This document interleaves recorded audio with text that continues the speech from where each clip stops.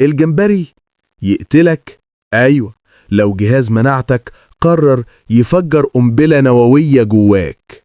في دماغ فاضية مليانة هنحكي لك إزاي جسمك بيحول وجبة بحرية لمعركة حياة أو موت.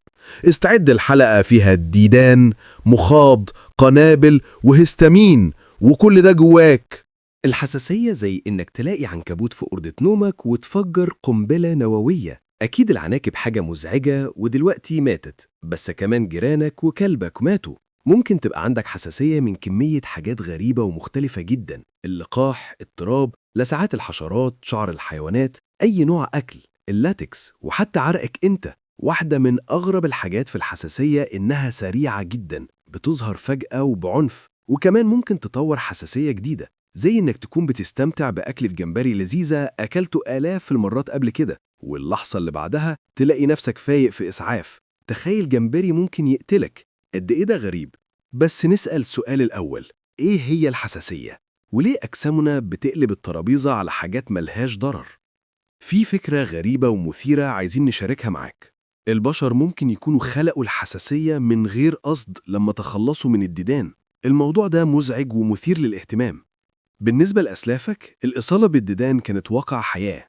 مش هندخل في تفاصيل مقرفة، بس في عالم المية اللي بنشرب فيه والفضلات كانوا قريبين جدا من بعض. بعض أنواع الديدان لقوا دور في حياة مثالية، بيدخلوا جسمك مع المية ويستقروا هناك، ممكن توصل لعقود، وبعدها يطلقوا بيضهم أو يرقاتهم مع الفضلات اللي كانت بترجع تاني للمية اللي بنشربها. فلحد وقت قريب أسلافنا كانوا بيتعاملوا مع إصابات ديدان متكررة أو دايمة، وده سبب أنواع مختلفة من المشاكل الصحية. جهاز المناعة كان لازم يلاقي أسلحة يتخلص بيها منهم. بس إزاي تعمل كده؟ من منظور خلية، الديدان زي وحوش عملاقة بحجم مدينة عملاقة. والأسوأ، بدل الجلد، الديدان الطفيلية عندها طبقة حماية مطاطية بتستحمل حتى حمض المعدة. انت محتاج قوة ضخمة عشان تسبب لهم ضرر، محتاج جيش عشان تقتل دودة. نحاول نبسط المعلومة مع حضراتكم. أول ما دودة تدخل جسمك، خلايا ذكية بتلاحظ وجودها، بتروح للعقد الليمفاوية وتفعل مصانع أجسام مضادة متخصصة اسمها خلايا بي. الخلايا بي دي بيتقال لها إنها لازم تحارب الطفيليات، وتبدأ تنتج نوع خاص من الأسلحة، أجسام مضادة اسمها IgE. بروتينات صغيرة شبه الكابوريا، عندها كلبشتين بيمسكوا في الديدان زي المغناطيس في الحديد. IgE بيغرق جسمك كله، وبيبدأ يجهز قنبلة نووية. جيش من خلايا مرعبة اسمها الخلايا البدينة mast cells. الخلايا دي ضخمة ومنتفخة ومليانة لحد الآخر بالهستامين ومواد كيميائية تانية. بيجمعوا IgE اللي عايم حواليهم ويغطوا نفسهم بيه زي القنابل، وبعدها يفضلوا قاعدين مستنيين.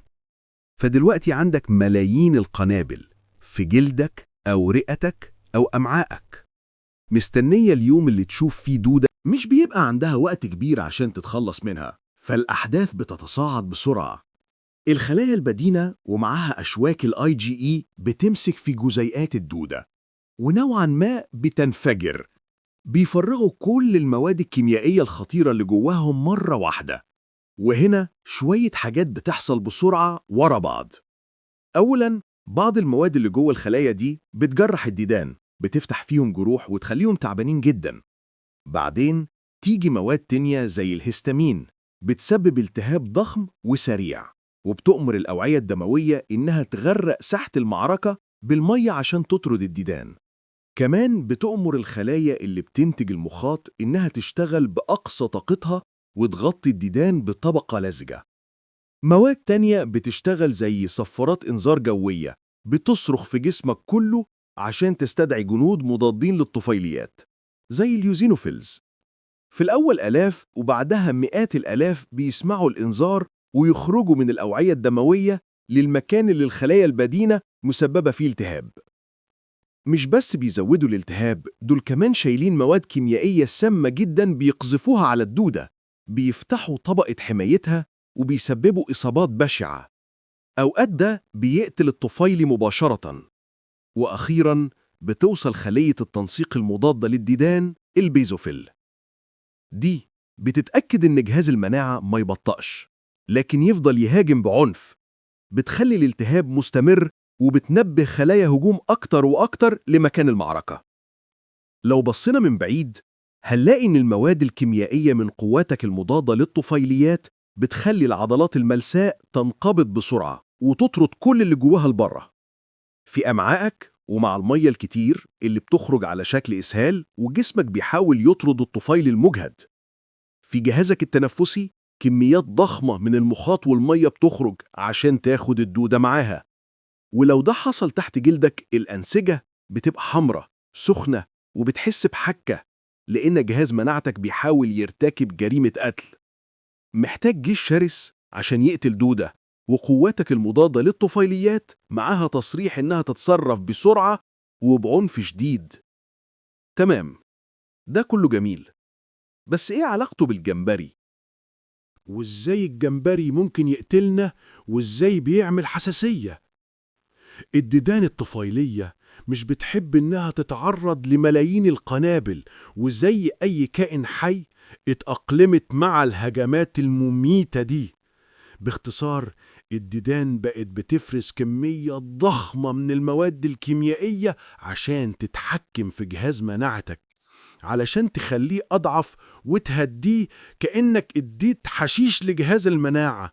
وده سيء جدا لبقائك، لأنك لازم تحارب متطفلين من كل الأنواع كل يوم. أسلافنا كانوا تقريبا مش قادرين يمنعوا إصابات الديدان المنتظمة، فزي ما الديدان اتأقلمت معانا، أجسامنا كان لازم تتأقلم معاها. عشان يوازنوا أي مواد كيميائية تتصعب من الديدان، واحد من التكيفات اللي حصلت ممكن يكون إن جهاز مناعتنا بقى أكتر عدوانية عشان يقدر يدافع ضد غزاة تانيين. ومع مرور الزمن اتطورنا، وعلشان كده اخترعنا الصابون والنظافة. والأهم إننا طورنا شبكات ومنظومة الصرف بحيث ما تتلوثش مية الشرب.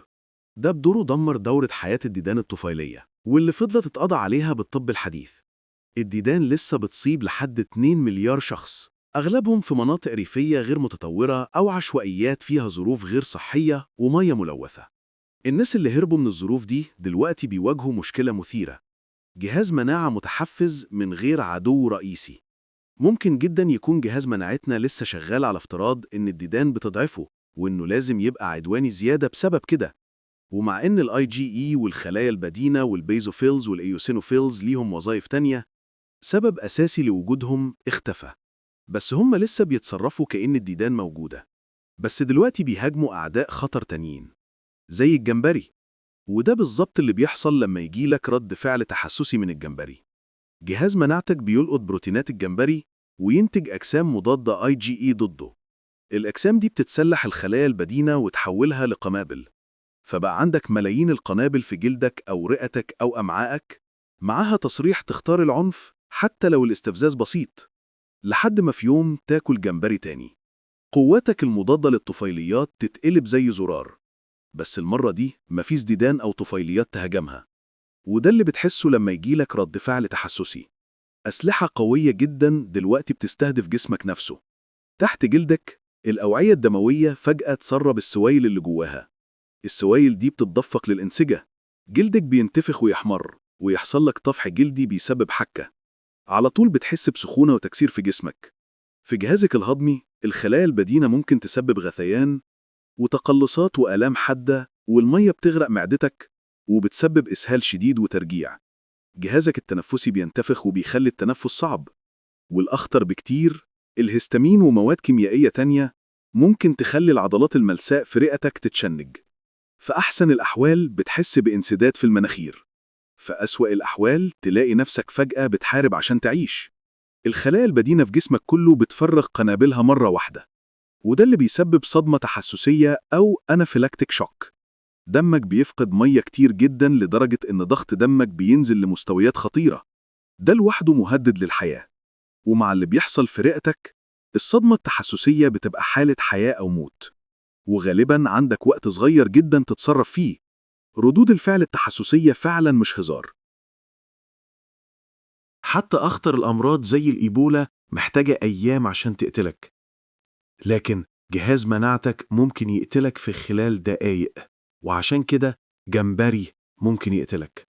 والحكمة ربنا سبحانه وتعالى إنه صمم لنا جهاز مناعة قوي ودائم التطوير، بيحارب أي فيروسات أو بكتيريا أو طفيليات ممكن تأذيك. ومع ذلك لسه مش عارفين ليه بعض الناس بينتجوا كمية كبيرة من أجسام مضادة IgE ضد مواد معينة وناس تانية لأ. مش عارفين ليه بعض الكبار بيطوروا حساسية جديدة في حياتهم، أو ليه بعض الحساسيات بتختفي مع الوقت. ومش متأكدين إذا كان غياب الديدان هو السبب الرئيسي ولا في أسباب تانية، مع إن الخلايا اللي اتطورت عشان تحاربهم هي المسؤولة عن أعراض الحساسية. في أفكار تانية زي ميكروبيومات أقل تنوعاً أو تلوث متزايد، يمكن يكون مجرد خليط من كل ده. لكن اللي شايفينه بوضوح إن الحساسية وابن عمها الأخطر أمراض المناعة الذاتية زادوا بشكل ضخم في آخر 100 سنة. في أي مكان البشر انتقلوا فيه لظروف أنظف وتخلصوا من بعض الطفيليات البشعة اللي كانت بتصطادنا. نأمل نلاقي حل ونمنع الحساسية. فالمرة الجاية اللي تاكل فيها جمبري افتكر إنك مش بس بتتحدى الكوليسترول، انت كمان بتراهن على إن جهاز مناعتك مش هيقرر يفجر قنبلة نووية جواك.